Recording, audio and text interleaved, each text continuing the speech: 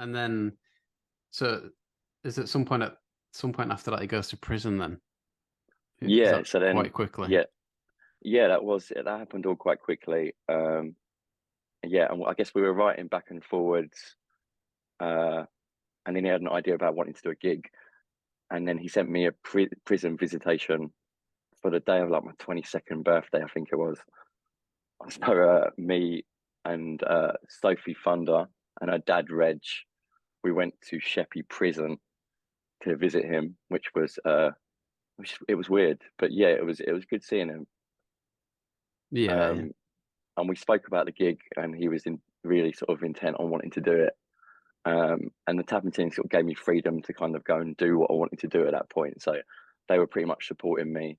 And we booked a gig called Peter Doherty's Freedom Gig, and we had the idea about getting the band there and having instruments already. But I guess that was more for a pipe dream, which I kind of never expected to happen. Yet I've kind of really been luckily living off of for the past 20 years, right? yeah. Fair play. Yeah. So, what point does Carl get involved? Is that through Pete, obviously, or was he talking to you as well? Yeah, we wasn't friends at all up until that point. Like I DJ'd for the Libertines, but it was just a case of him turning up, saying hi, and then leaving. So there was almost no communication with me and him before the reunion gig. And then he called me like when I was waiting for them to turn up, and I think he was calling me a cunt, calling me an idiot. He's like, "Who the fuck are you? Why are you trying to do this? Why are you trying to interfere with my band?" And he was like, "I'm just joking. I'm outside." And I was nearly in tears at that point, but I was happy.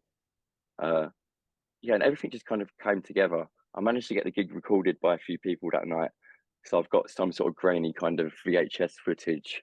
Roger Sargent used it for a couple of his documentaries, but the whole thing's never really seen the full light of day. Okay, that'd be cool to see then at some point. Yeah, right. Yeah, definitely. Yeah. And is this poster for the gig? Is that your handiwork as well? Yeah, so that was one of Sophie Thunder. Sophie did all my artwork for shows. At that point, I heard that she was doing artwork for gigs, and I met her, and she did quite kind of raunchy artwork at the time.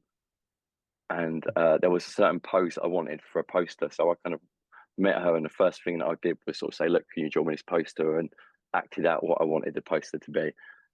And we became friends from that. I loved her work. She's living in New York at the moment. She's still an artist, um, and she's done a few of the covers for the Libertines over the years. But yeah, that was kind of her work. Um, I love that poster. It's great, right? Yeah, yeah, it's great. Yeah, that's a great name as well, Sophie Thunder. Yeah, it is. Yeah, yeah, yeah. Quality. And Actual, then, actual, actual real name. oh, really? Born to be an artist, then, Yeah, sure. yeah. And I've talked to other people that claim, well, that say they were at the gig and said it was just like I think one guy, James Adkins, he was saying that he might have crawled through a window or something to get in. Was it just absolutely manic in there?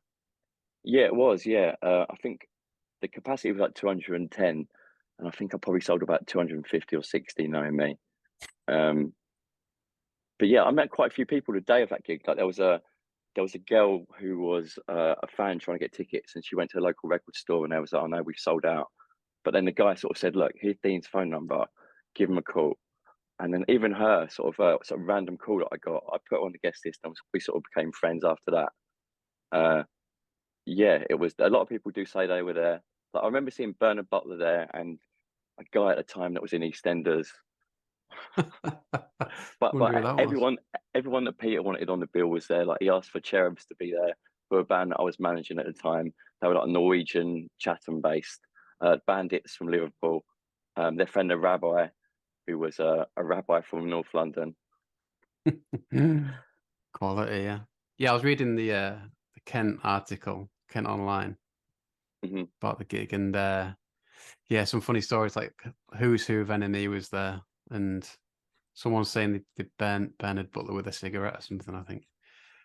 But yeah, is it one of those things where do you read things about it and you think is it the things get a bit exaggerated about it, like stories that you can't remember type thing? Do, do you know? I've not read one thing so far that has been exaggerated. Mate, the only thing is that obviously more people say they were there than that were actually there.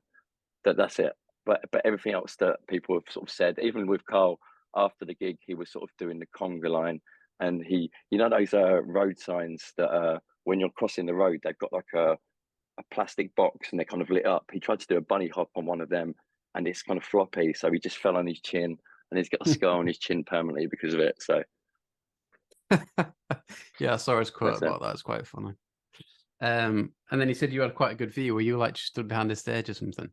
Yeah, I was still right behind the stage with Cherubs, and I just Roger, who was taking photographs at the time, he was sort of almost in tears, and I could kind of feel at that point.